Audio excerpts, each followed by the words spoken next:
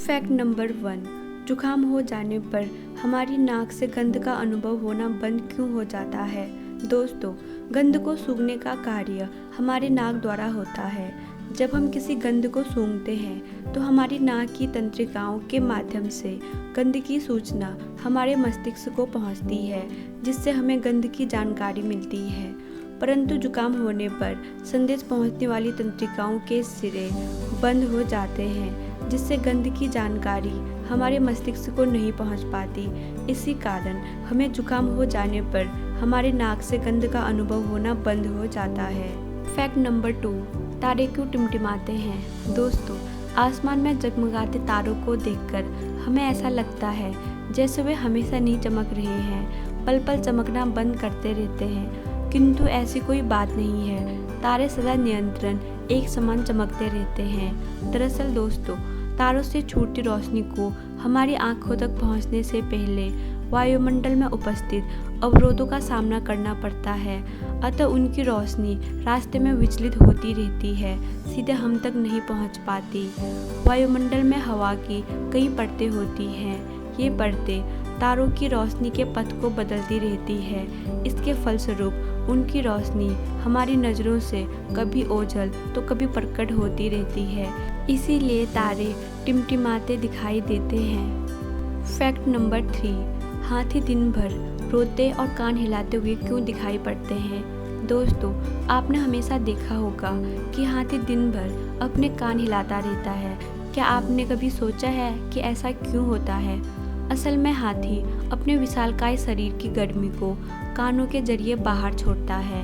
यह काम हाथी के कानों की कोशिकाएं करती है। यही कारण है कि अफ्रीका के हाथियों के कान बहुत बड़े होते हैं, क्योंकि वहाँ गर्मी ज़्यादा पड़ती है। हाथी की आंखों की रोशनी बहुत कम होती है।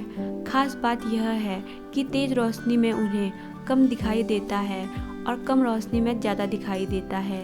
हाथी की आँख की पुतलियाँ बहुत जल्दी सूख जाती है, जिस वजह से वो अपनी आँख की पुतलियाँ हिला नहीं पाती। पुतलियाँ आसानी से हिल सके, इसके लिए उन्हें नम रखना जरूरी होता है। यही कारण है कि हाथी की आँख में एक तरल पदार्थ की सप्लाई होती रहती है, जो ज़्यादा होने पर आँख से बाहर निकल आता है, जिसे हम लोग आंसू समझ बैठते हैं। Fact number 4। पृथ्वी घूमती है तो हम गिरते क्यों नहीं हैं? गुरुत्वाकर्षण बल आपको पृथ्वी से बांधे जो रखता है। पृथ्वी का आकार मानव के आकार से कई गुना बड़ा है, जिससे मानव को यह घूर्णन गति महसूस नहीं होती। उदाहरण के लिए, एक फुटबॉल पर एक चींटी को रख दे और फुटबॉल को घुमा दे तो चींटी नहीं गिरेगी। Fact number 5। डकार क्यों आती है? डकार आना एक ऐसी प्रक्रिया है जिससे पेट में एकत्रित हवा बाहर आती है। खाना खाते समय कई बार मुंह खोलने से हवा हमारे पेट के अंदर चली जाती है।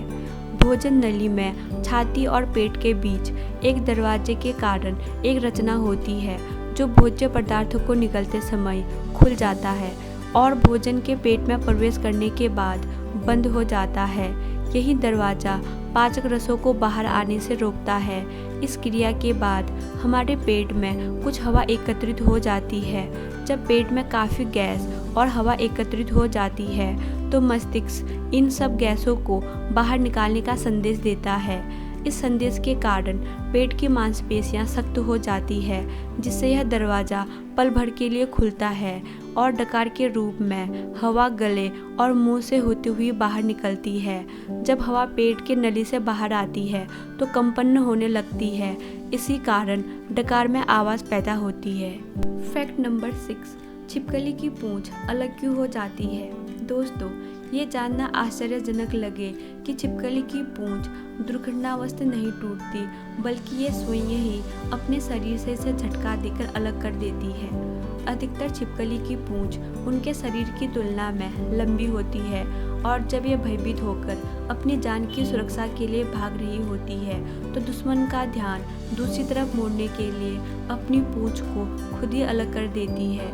पूंछ का टूटा हुआ भाग यह काफ़ी देर तक हिलता डुलता रहता है और इससे दुश्मन का ध्यान भटक जाता है, जिससे वे खुद चुपके से वहां से सुरक्षित भाग निकलती है। मज़ेदार बात यह है कि शरीर से अपने एक महत्वपूर्ण भाग यानी पूंछ से अलग होने के बावजूद छिपकली को कोई दर्द या नुकसान नहीं पहुंचता और कुछ समय के बाद इनकी पहली जैसी नई पूंछ उग आती है।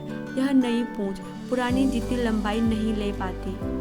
फैक्ट नंबर 7, चींटी एक लाइन में कैसे चलती है।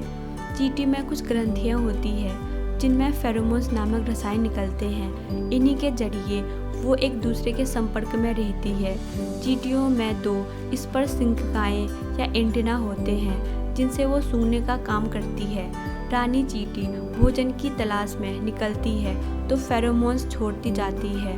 दूसरी चींटियां अपने एंटेना से उसे सूंघती हुई रानी चींटी के पीछे पीछे चली जाती है। जब रानी चींटी एक खास फेरोमोन बनाना बंद कर देती है तो चींटियां उन चींटियों में से एक नई चींटी को रानी चुन लेती है। फेरोमोन्स का प्रयोग बहुत सी परिस्थितियों में होता है, जैसे अगर कोई चींटी कुचल जाए तो चेतावनी में फेरोमोन का रिसाव करती है, जिससे बाकी चींटियां हमले के लिए तैयार हो जाती है। फेरोमोन से यह पता चलता है कि कौन सी चींटी किस कार्यदल की हिस्सा है। फैक्ट नंबर 8, मछली पानी में जीवित कैसे रहती है। दोस्तों, सभी को जीवित रहने के लिए ऑक्सीजन की जरूरत होती है। मछलियों के पास विशेष अंग यानी गिल्स इसलिए होते हैं, ये उनके सिर के दोनों ओर पाए जाते हैं। मछलियाँ पानी के अंदर सांस लेने के लिए मुंह को खोलती है और गिल्स की तरफ पंप कर देती है। इसके बाद ये गिल्स में उपस्थित मेम्ब्रेन की मदद से पानी में उपस्थित ऑक्सीजन को सोख लेती है। इसके बाद गिल्स खुलने से ये पानी बाहर आ जाता है।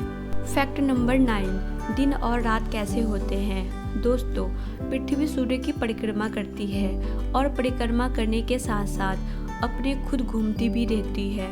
तो जो भाग सूर्य के सामने होता है वहाँ दिन होता है और जो भाग सामने नहीं होता वहाँ अंधेरा होता है, जिसे हम रात कहते हैं।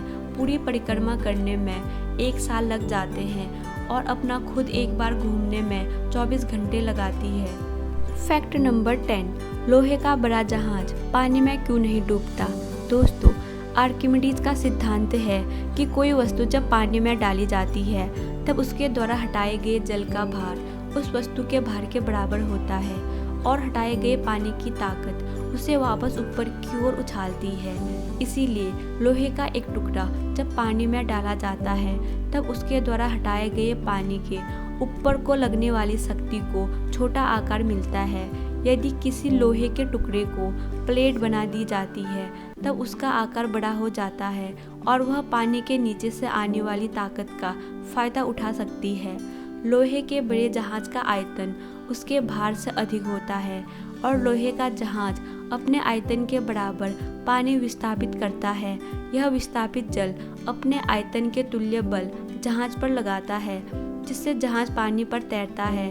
जबकि लोहे के टुकड़े का आयतन उसके भार से कम होता है, उसके द्वारा विस्थापित जल उसके भार से कम होता है, जिससे वह डूब जाता है। तो दोस्तों, ये थे कुछ अमेजिंग फैक्ट जो उम्मीद करती हूँ आप सबको पसंद आई होगी। अगर आपको ये वीडियो पसंद आई